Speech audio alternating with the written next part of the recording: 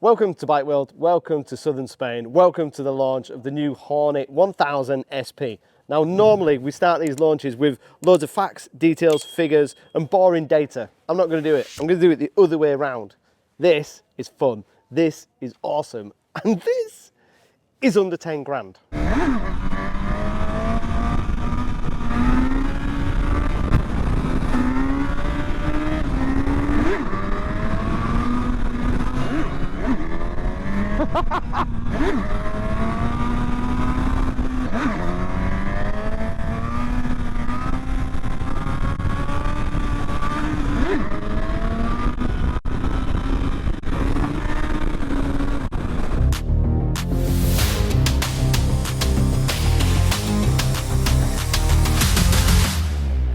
So, the big talking point for the new Honda CB1000 Hornet SP, not the Fireblade engine, but for me it's the price. Under £10,000 in the UK, 99999 I think it is, on the road in the UK.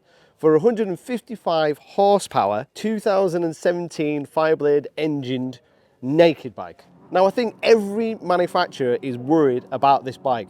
Not because of what it can do, but because of that price. Even if Honda put a few £1,000s on top, it's still a great bike. I can't believe they managed to put such a price on such a great bike. Now I'm really old, as some regular viewers will remember. So I have ridden the original Hornet, which I think was like a 600, and then we had like a 900 Hornet. And over the years, Honda have done great things by putting great engines in chassis, but they've kind of diluted it a little bit.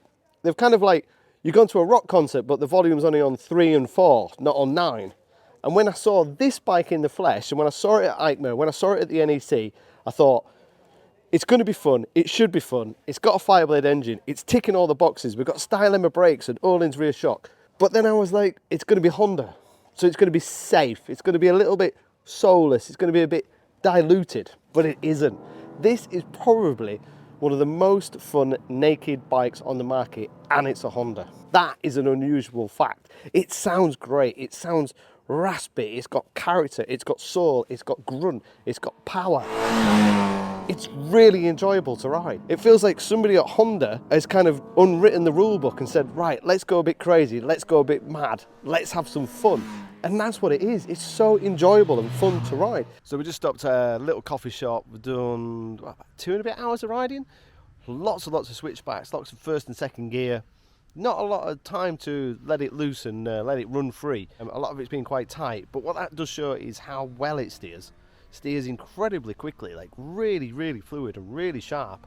Not what I was expecting from Honda. It's a really sharp steering bike. Oh, this is superb. The steering is so good.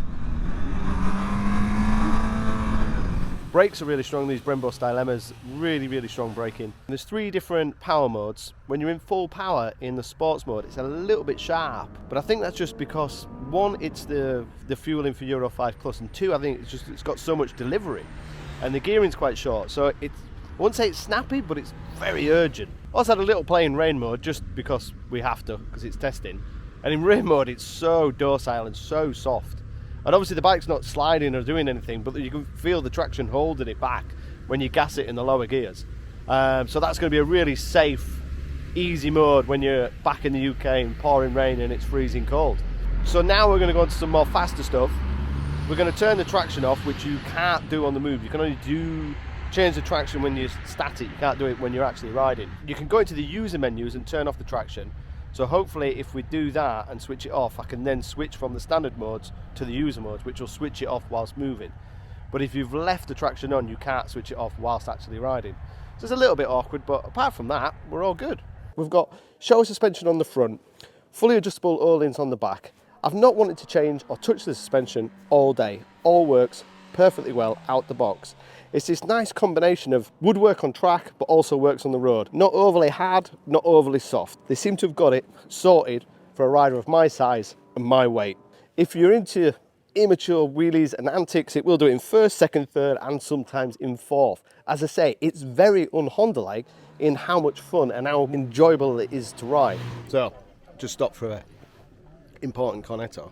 But did take the opportunity to ride the standard bike. So the standard bike, 5 horsepower less, standard brakes, standard shock. You don't get the Brembos, you don't get the quick shifter, but you could fit the quick shifter to the standard bike.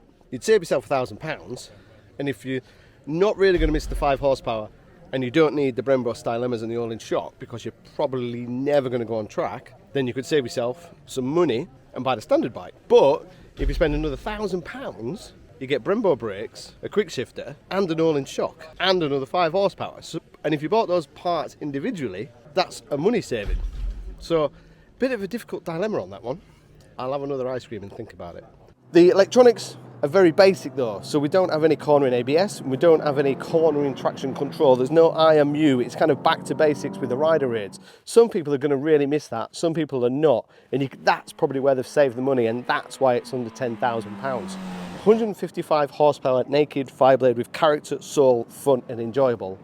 It is hitting the mark really hard. And I was thinking about the competition, and what is the competition? What can you get for under 10 grand for the SP that's this much fun, this much enjoyment and this much power?